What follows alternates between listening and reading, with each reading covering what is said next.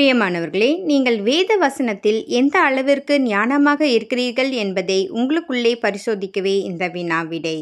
உங்களுக்கு எத்தனை கேள்விகளுக்கு பதில் தெரிந்தது என்பதை கமெண்டில் தெரிவிக்கவும். கடந்த நாட்களில் கேட்கப்பட்ட கேள்விகளுக்கு சரியாக பதில் சொன்ன ஒவ்வொரு நபர்களுக்கும் எங்களுடைய மனமார்ந்த நல்வாழ்த்துக்கள்.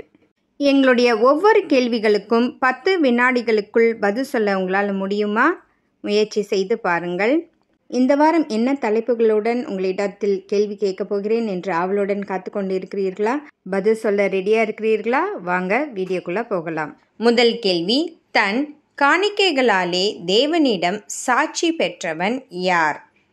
Option A Cain, B Abel, C Caleb.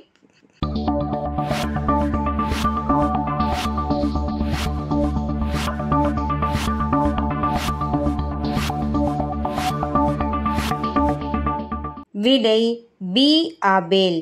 எபிரேயர் 11ஆம் அதிகாரம் 4ஆம் வசனம்.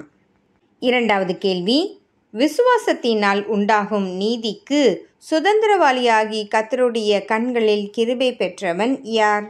Option A Noah, B Abraham, C Pavul.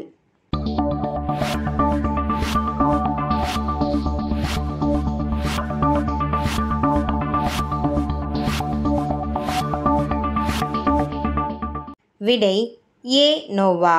ஆதியாகமம் 6ஆம் அதிகாரம் 8ஆம் வசனம் மற்றும் எபிரேயர் 11ஆம் அதிகாரம் 7ஆம் வசனம்.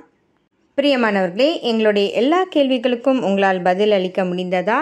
அப்போ நீங்கள் தான் பைபிள் சாம்பியன். வேதத்தை ஆராய்வோம், ரகசியங்களை கற்றுக்கொள்வோம்.